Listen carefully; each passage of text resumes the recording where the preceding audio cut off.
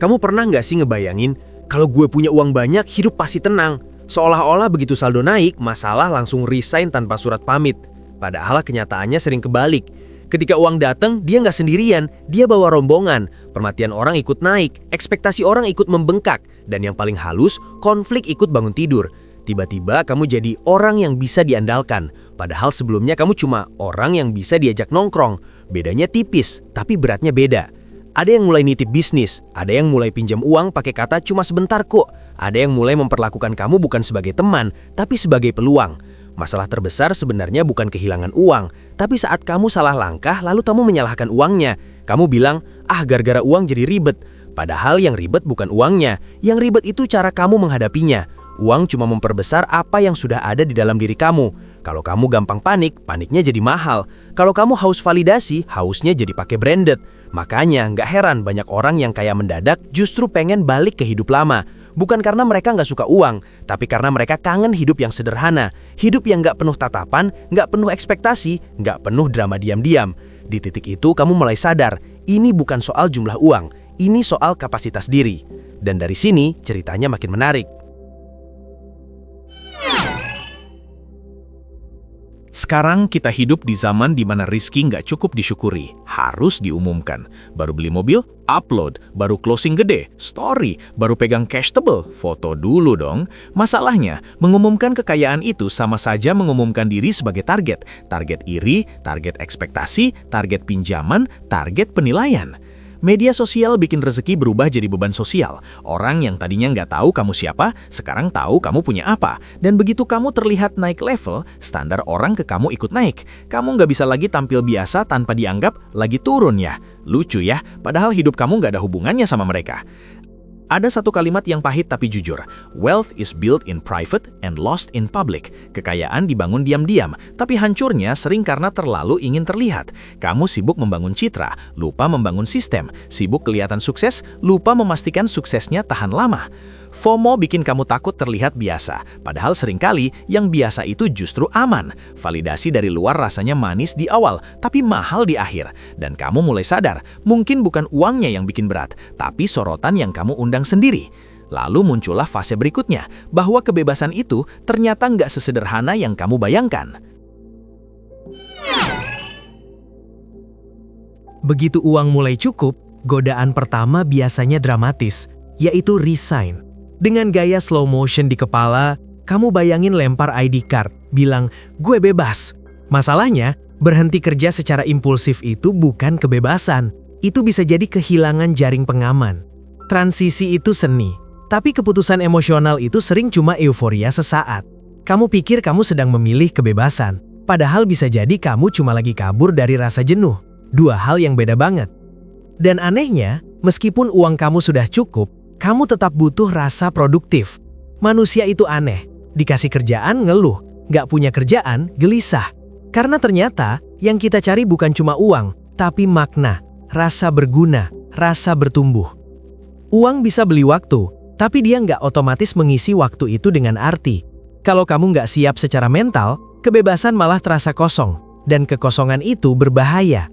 Dari situ lahir keputusan-keputusan aneh yang ujungnya bikin kamu berkata, harusnya gue mikir dulu. Dan pelan-pelan, kamu mulai paham. Uang bukan tiket bebas total. Dia cuma alat. Yang pegang setir tetap kamu. Ada orang yang hidupnya biasa saja, lalu tiba-tiba penghasilannya naik drastis. Yang berubah pertama kali biasanya bukan pola pikir, tapi gaya hidup.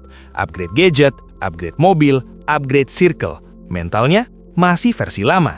Masalahnya sederhana. Upgrade gaya hidup sebelum upgrade mental itu seperti beli kapal pesiar padahal belum bisa berenang. Keren sih kelihatannya, tapi paniknya juga premium. Self-control itu jauh lebih mahal daripada aset, karena aset bisa dicari, tapi kontrol diri harus dilatih. Banyak orang bangkrut bukan karena bodoh, mereka pintar, tapi kurang sadar diri, kurang kenal batas, kurang bisa bilang cukup.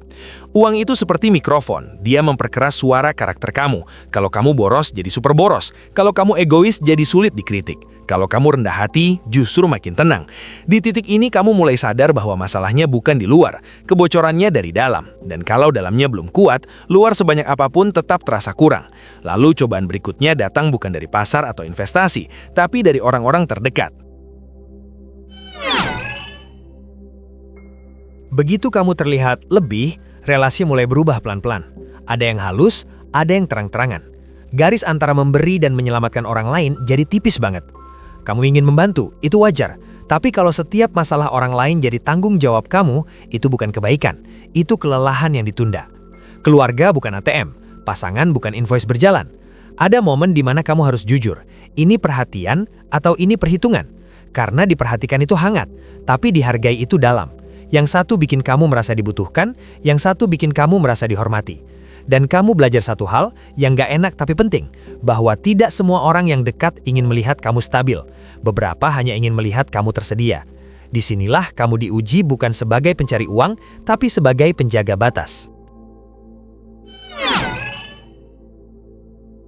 Rumah besar kelihatannya nyaman, tapi listriknya, pajaknya, perawatannya, mobil banyak kelihatannya keren, tapi asuransi, servis, depresiasi, lingkungan elit kelihatannya prestisius, tapi standar sosialnya, ekspektasinya, hidup mahal bukan soal harga beli, tapi biaya tak terlihat yang diam-diam mencekik.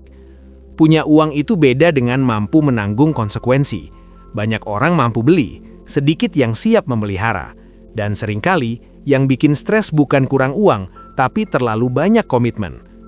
Lucunya, orang yang benar-benar kaya justru sering memilih hidup sederhana, bukan karena pelit, tapi karena mereka tahu stabilitas batin lebih mahal daripada tampilan luar. Di situ kamu mulai melihat kontras yang jelas, bahwa gaya hidup bisa terlihat mewah, tapi hati tetap gelisah, atau hidup bisa terlihat biasa, tapi tidur nyenyak tanpa beban. Dan akhirnya, kamu sampai pada satu kesadaran yang gak bisa ditawar.